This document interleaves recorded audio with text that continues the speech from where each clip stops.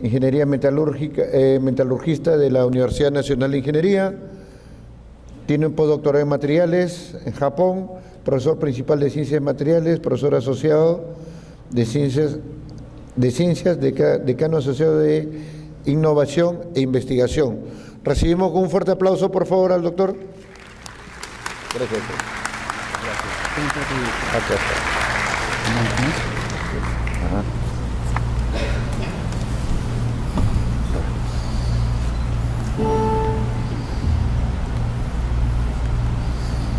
Correcto. ¿Cuál es el puntero? ¿Cuál es el marcador? El puntero. Sí. El puntero es el de acá, el rojo. Ya está. Buenos días, siempre es un gusto compartir estos ambientes de mi alma mater. Un feliz 2019 lleno de paz, prosperidad, éxito, buena salud y que nos sobre trabajo, y es mejor quejarnos de ello antes de lo contrario. Tengo un encargo bastante ambicioso de que pueda exponer en 20 minutos la situación actual y la visión de la bionanotecnología. Vamos a ver cómo nos va. Sin embargo, es bueno que sepan de las fuentes en las cuales me he basado para este tipo de reporte, además de los proyectos mismos de mi grupo de investigación. Consiste en 15 estudiantes graduados, 2 postdocs y algunos colegas tanto de la Universidad de Puerto Rico, Mayagüez, como de Río Piedras, y Ciencias Médicas, y otros lugares de la nación. También a lo de mi participación en un último evento organizado por la Fundación Nacional de Ciencias en la primera semana de diciembre, donde justamente se discutía cuál va a ser el enfoque de la nación en el área de bionanotecnología en la próxima década. Y eso con algunas, algo de sazón de mi tarea como editor asociado del Journal of Nanomaterials, en el cual vengo trabajando alrededor de unos 5 años, y ver cómo se están moviendo los niveles de publicación en estas áreas. Vamos a ver cómo nos va.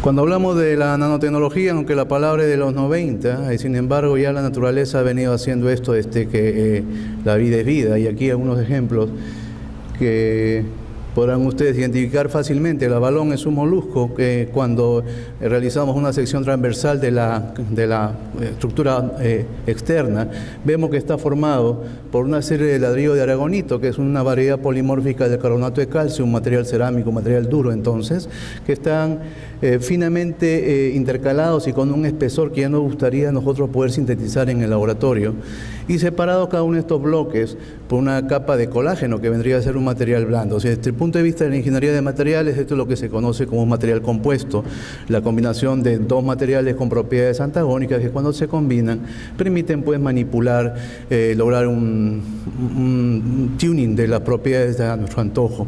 En este caso el individuo lo que hace sin darse cuenta es protegerse del medio ambiente, puesto que cuando hay algún impacto en la parte más externa, supongamos que sea esta, y el material cerámico es superado en su resistencia a dicho esfuerzo mecánico, se forma una grieta, y todos sabemos aquí que un material colapsa no cuando se forma la grieta, sino cuando ésta se propaga. Entonces, si esa grieta comienza a propagarse a través del material cerámico, que es un material frágil por definición, se va a encontrar con la capa del colágeno que absorbería la energía asociada con este movimiento de la fractura, inhibiéndola. En consecuencia, estamos previniendo la transmisión de esa fractura y prolongando la vida útil de este material, en este caso protegiendo la vida del individuo. ¿Quién no ha oído hablar del popular gecko? Donde es capaz esos folículos son capaces de adherirse prácticamente a cualquier tipo de superficie. Estos son unos túbulos del orden de los cientos de nanómetros, casi todos del mismo diámetro, de la misma longitud, y que permiten sistemas de autosucción locales que en una sumatoria permitiría pues resistir no solo el peso del individuo, sino, como ya lo dije, adherirse a diferentes tipos de superficies metálicas, vidrio, etcétera. Y el velcro y otros materiales de fuerte capacidad de adhesión es la aplicación tecnológica de lo que la naturaleza ya venía haciendo antes de que esta palabra nanotecnología existiera.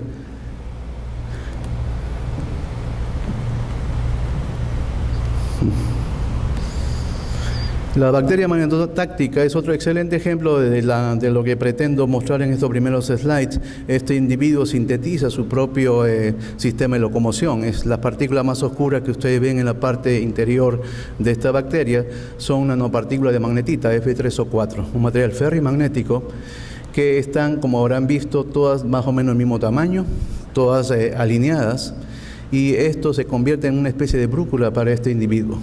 Si las partículas fueran demasiado grandes o más pequeñas o todas distintas en tamaño, literalmente este individuo no podría existir porque no podría controlar su movimiento. Entonces la naturaleza, de una manera bastante interesante, por decirlo de alguna forma, ya ha sido capaz de lograr ese control tan fino en las propiedades de algunos materiales que permitan ciertas funciones biológicas superiores, como en este caso. Por lo tanto, como ya agradezco a mis antecesores la introducción, ya sabemos más o menos de lo que queremos hacer en lo que se refiere a la nanotecnología, que involucra tanto la ciencia como la aplicación de esos conceptos a escala nanométrica. Nunca olviden esto, todos los materiales tienen un tamaño por debajo del cual sus propiedades van a ser completamente distintas al mismo material a escala macrométrica. Muchos de estos tamaños permiten aplicaciones tecnológicas porque mejoran o hacen aparecer propiedades nuevas. Otras veces, esos tamaños o no se pueden alcanzar a gran escala como lo requiere la ingeniería o la aplicación tecnológica, o sencillamente las propiedades se echan a perder. ¿Okay? Entonces, 100 nanómetros es una regla genérica. Sin embargo, hay materiales como algunos semiconductores que comienzan a presentar propiedades interesantes por debajo de los 10 o incluso los 5 nanómetros. Entonces, trataré de contestar esta pregunta. ¿Hacia dónde se va la bionanotecnología? Este es el flowchart de lo que la Fundación Nacional de Ciencias, a través de Michael Rocco, que es el gurú con el que cuenta la nación en el área de nanotecnología, estructuró para tratar de planificar lo que sería el desarrollo en la nanotecnología con impactos en ciencias e ingeniería. Una investigación desde el punto de vista translacional. Entonces, como vemos, comenzamos por producir las nanoestructuras, controlar el tamaño, la forma, los defectos, controlar las propiedades funcionales a escala nanométrica, definir esos tamaños críticos a los cuales me refería, lograr una estabilidad química o física o la biocompatibilidad que se requiere para aplicaciones médicas o de desinfección de agua. ¿Okay? Luego, en las siguientes décadas, ya hablar de sistemas que se integran, es decir, no solamente hablar de partículas que tienen una propiedad óptica, sino una propiedad óptica que permita, a su vez, cuando son excitadas adecuadamente, liberar gradientes de temperatura que permitan destruir células del cáncer, por ejemplo, en algunas de estas terapias que espero poder tener tiempo de resumirles. Y el concepto que se discutía el año pasado, el 2017, el anteaño pasado ahora, donde ya se hablaba del concepto de Converging Technologies. Ya no se puede pensar en hacer investigación a nivel de un único especialista o una única disciplina. Los esquemas de investigación que necesitamos en el mundo, y el Perú no escapa de esa necesidad, son aquellos del tipo interdisciplinario, pero con una sinergia efectiva. Sinergia no significa tener un grupo de especialistas en la misma sala. Sinergia significa que estos puedan entenderse y trabajar en algún bien superior. Y hacia eso iban los fondos federales que nos permitían acceder a este tipo de proyectos, donde, por ejemplo, el concepto de Nexus es un concepto muy importante desde el punto de vista de la nación, donde hablábamos de, por ejemplo, el desarrollo de sensores de bajo consumo de energía que permitan detectar agentes patógenos a nivel de ppm o por debajo en tiempos bastante cortos en el agua, que podrían ser utilizadas para irrigar suelos que serían de uso agrícola para la generación de plantas con mejores calidades y en mayor cantidad. Si nos damos cuenta, es un círculo el que se forma donde todas estas disciplinas interactúan. Entonces, en la charla a la cual hacía mención, estos son, y lo tomé prestadito de NSF, estos son los puntos donde los esfuerzos de los Estados Unidos van a verse orientados, ¿no? No voy a leerlos todos, pero obviamente necesitamos teoría y modelación de estos nanosistemas, ser capaces de obtener mediciones directas, tenemos que tener nanoestructuras que sean activas, es decir, que debemos de identificar esas propiedades funcionales que hagan que éstas funcionen. Un uso pasivo sería, por ejemplo, utilizar nanotubos de carbono para reforzar matrices poliméricas con la intención de incrementar sus propiedades mecánicas. Ahí el nanotubo está como que reemplaza la fibra de carbono. Más allá de eso, y el tamaño y la perfección de la estructura, no hay otra cosa, ¿no? Pero si empleamos materiales en base a carbono, como el carbono mismo, el óxido de grafeno o el óxido de grafeno reducido, que cuando los iluminamos con luz infrarroja o luz visible, podemos generar especies citotóxicas que destruyan células del cáncer, induciendo a necrosis o apóptosis, ahí estamos hablando de usos activos de la nanotecnología y los nanomateriales. Obviamente, ya la industria tiene que comenzar a involucrarse en este tipo de iniciativas, más allá de lo que el uso de los polvos blanqueadores para que las donas aparezcan más blancas en la superficie de lo que son, o los bloqueadores solares que muchos de nosotros ya utilizamos aquí en el Perú en base a óxido de zinc y dióxido de titanio, signifiquen. La medicina tiene que ser predictiva, integrada y tiene que haber pues una interacción obvia entre lo que significaría la biotecnología y el medio ambiente. La nanomedicina personalizada, nanotecnología aplicada a tratamiento de enfermedades, prevención, detección o lo que se conoce como el Theranostic, la combinación de terapia y diagnóstico en una misma plataforma, personalizada, puesto que sabemos que cada individuo en verdad somos un laboratorio distinto. Y la misma medicina no va a resultar en cada uno de nosotros, aunque tengamos males similares. La fotónica, la electrónica y los materiales magnéticos, pero a través de nuevas capacidades que integren estos conceptos, ¿no? Imagínense materiales magnéticos que tengan propiedades también de un semiconductor, reverdeciendo lo que se conocía en los 60 como los semiconductores magnéticos diluidos, pero ahora que presenten capacidades ferromagnéticas a temperatura ambiente, por ejemplo. La fotosíntesis en base a energía, la capacidad de integrarse con nuevas áreas, esto es muy interesante, incluir bio, info y cognition, donde vamos a tener especialistas no solo de ciencias e ingeniería, sino también de psicología, de sociología, que permitan elaborar en conjunto y enfrentar nuevos paradigmas en lo que representaría el impacto de la tecnología en los individuos y en las comunidades. Y obviamente comenzar a preparar la masa laboral que va a tener que lidiar con todos estos desafíos. Y aquí, aunque no se ve, institucionalizar estos esfuerzos, o sea, que las instituciones, más allá de que esto sea una simple, algo sexy de investigar, sencillamente que sea parte de su estructura, por el potencial que ya está demostrando en la actualidad y que va a tener que demostrar de manera forzada en la próxima década. Esta es la última versión del enfoque de la nanotecnología a nivel de los Estados Unidos, donde podrán ustedes notar que en la etapa de Nano 2 teníamos lo que se conocía como el convergence, que todas las disciplinas converjan en un punto en común para resolver un gran problema de la humanidad, pero se espera que después volvamos a un divergence, donde estas tecnologías ya deben de ser lo suficientemente maduras, ya deberíamos de haber enfrentado o comenzado o resuelto por completo algún grave problema de la sociedad en cualquier disciplina, para que luego comiencen ya a formar tecnologías y a generar nuevas tecnologías para beneficio de la humanidad del futuro. Así que este es el esquema en el cual nos estamos moviendo en la actualidad en los esfuerzos de investigación. Y a partir de este slide lo que vienen son algunos highlights. No pretendo incluir todas las posibilidades de la bionano ahora, me faltaría la mañana para hablar al respecto, pero sí algunos de los highlights en base al feedback a los cuales me refería al inicio. Este es el evento en el cual tuvimos la suerte de participar representando a la Universidad de Puerto Rico, en este caso al recinto universitario de Mayagüez, vecino de nuestros colegas en Río Piedras. Fue el 6 y 7 de diciembre y como ustedes podrán deducir de esta imagen, la orientación estuvo justamente en el área de la bio-nanotecnología. Más suerte para mí imposible. Y quería compartir eso, disculpen, no puedo evitarlo, pero al ladito del logo de la Fundación Nacional de Ciencia, ver los colores peruanos y ver este logo que para muchos de nosotros sigue siendo pues motivo de orgullo, no podía dejar pasar esta oportunidad, como podrán entender.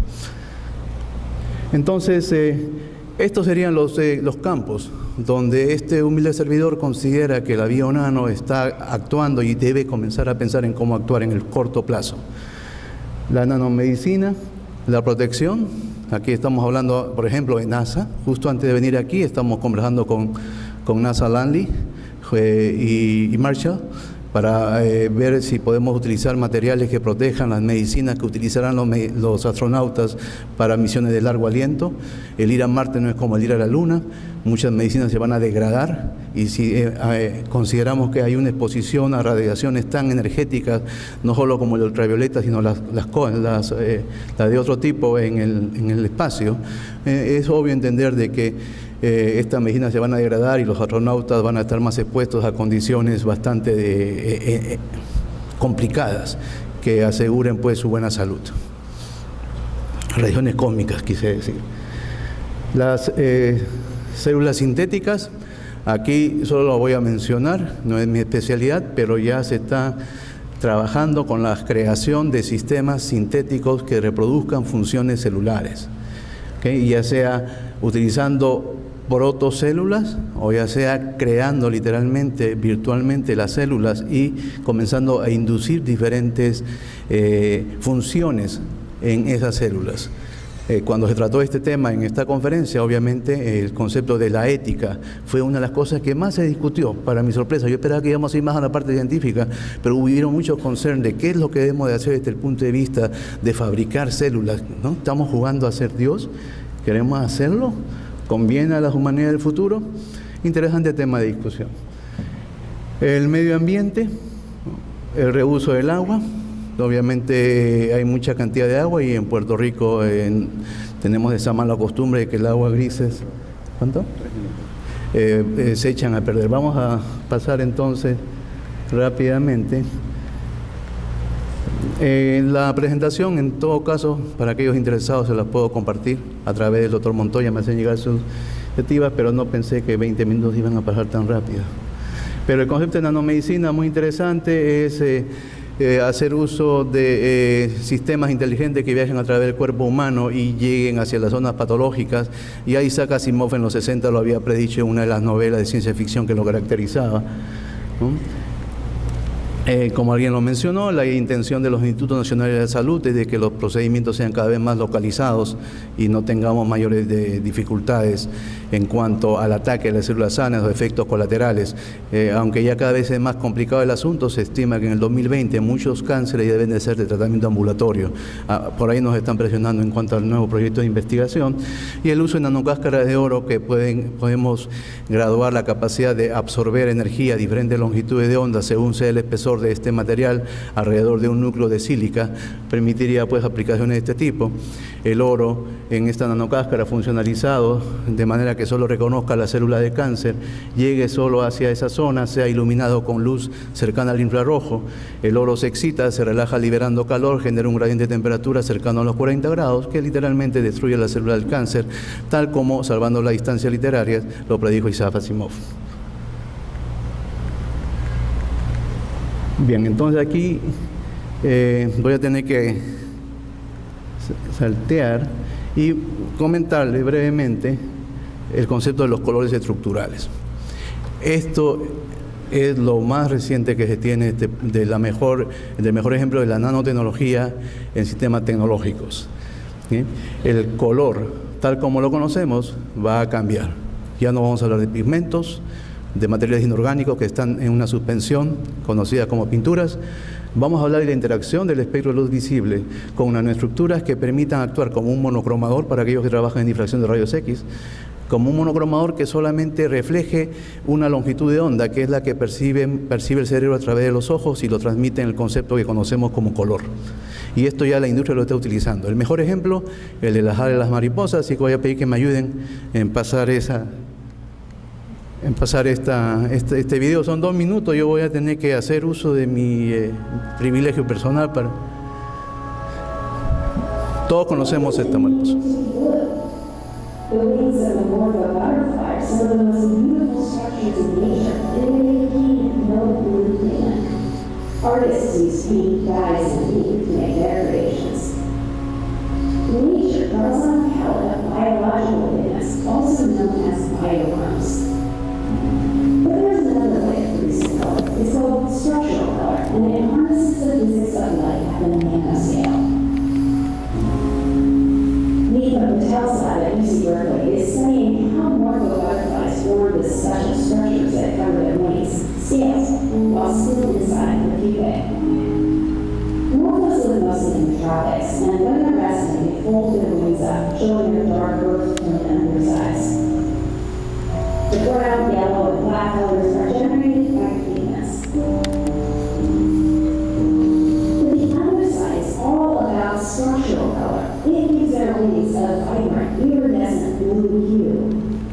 Each scale is like a pixel, a tiny tile in a larger mosaic in layers of overlapping rows. Researchers want to see how structural color takes shape on the wings, but normally this happens inside the pupae, which is okay. So they figured out how to remove the morpho wings from the pupae and grow them in a petri dish. Just like a developing photograph, patterns of colors slowly appear on the ghostly white wings as each scale surface transforms over time. Ridges on the scale surface are a key component that affect how the wings spreads or refracts light, similar to a prism. When light hits these ridges, a phenomenon called constructive interference comes into play. The spacing within the ridges, which look like little prism tubes, perfectly reinforces specific wavelengths while canceling out others. This is why your eyes perceive that shimmering blue. Scientists aren't sure why, but vertebrates and plants really produce blue as a pigment. For some reason, it's a pigment you don't see much of in nature. So think of structural color as an evolutionary blueprint, a way of producing brilliant blues at a nano level, not just on butterfly wings, but on feathers, beetles, even our own bodies.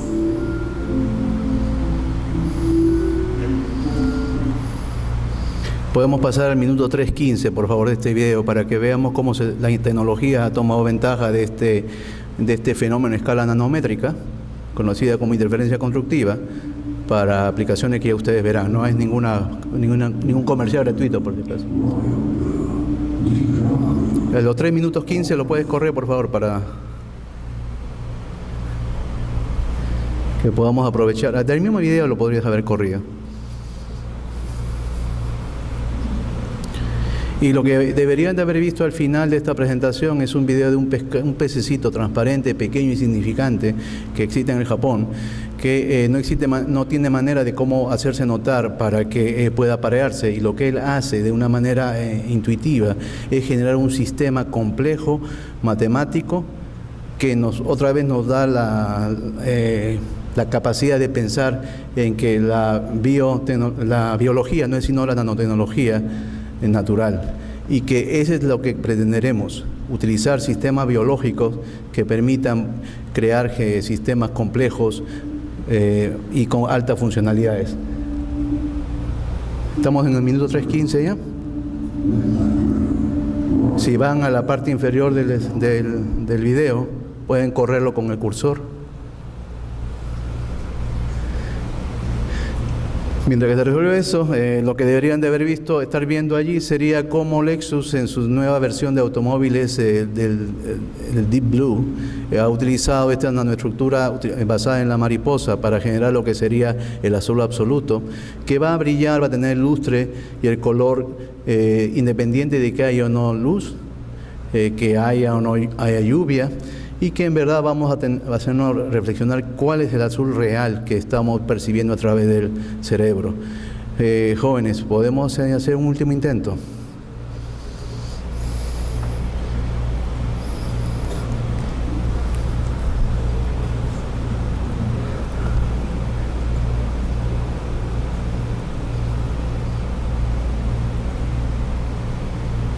Tres minutos 15, esa es la parte que más me interesa, y después los dejo.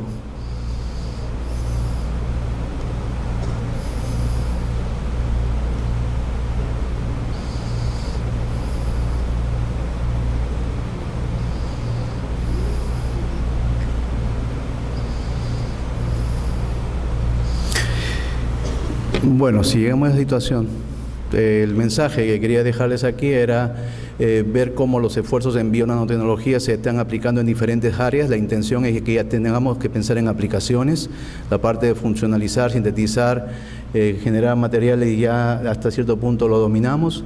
Ahora tenemos que identificar esos fenómenos que nos permitan pues cambiar realidades, no solo y resolver necesidades no solo en la actualidad, sino sobre todo aquellos del futuro. Sistemas más ecoamigables, como la ausencia de pigmentos coloreados para pinturas, sistemas ambulatorios de tratamiento de cáncer, purificación de aguas para reuso con fines agrícolas, y estar evacuando desechos al océano, impactando el medio ambiente, las aplicaciones para protección de los seres humanos y medicina de la radiación, emisiones de largo aliento, como por la que queremos hacer para llegar a Marte. Los alimentos, cómo proteger los alimentos de modo de que no perezcan tan rápidamente, son las áreas en las cuales vamos a comenzar a ver fondos muy importantes. Ya los estamos viendo a nivel de los Estados Unidos y en consecuencia el resto de la nación. Mi intención es fomentar aquí la colaboración a nivel de interinstituciones. Por favor, a todos aquellos interesados en trabajar en alguna de estas áreas, quedo a vuestra disposición. Gracias a los que estuvieron presentes el 22 en el primer curso que dimos sobre procesamiento de nanomateriales a través del PREESI, y que esperamos que sea una nueva oportunidad de seguir encontrándonos. ¿Llegamos? Bueno, vamos a dejarlo ahí. Entonces, la biología es la nanotecnología de la naturaleza. Vamos al último slide, aquí sí lo dejo. Este es el slide que está en YouTube, lo pueden buscar, es Japanese Fish. Por favor, véanlo, les aseguro que le va a cambiar el punto de vista que ustedes tenían de lo que ella es la combinación entre ingeniería, sistemas complejos y la biología. Para no abusar más de la amistad con los organizadores, disculpen los minutos extras, muchas gracias por su atención. Gracias, doctor. Al centro, por favor. Demasiado interesante, muy bien.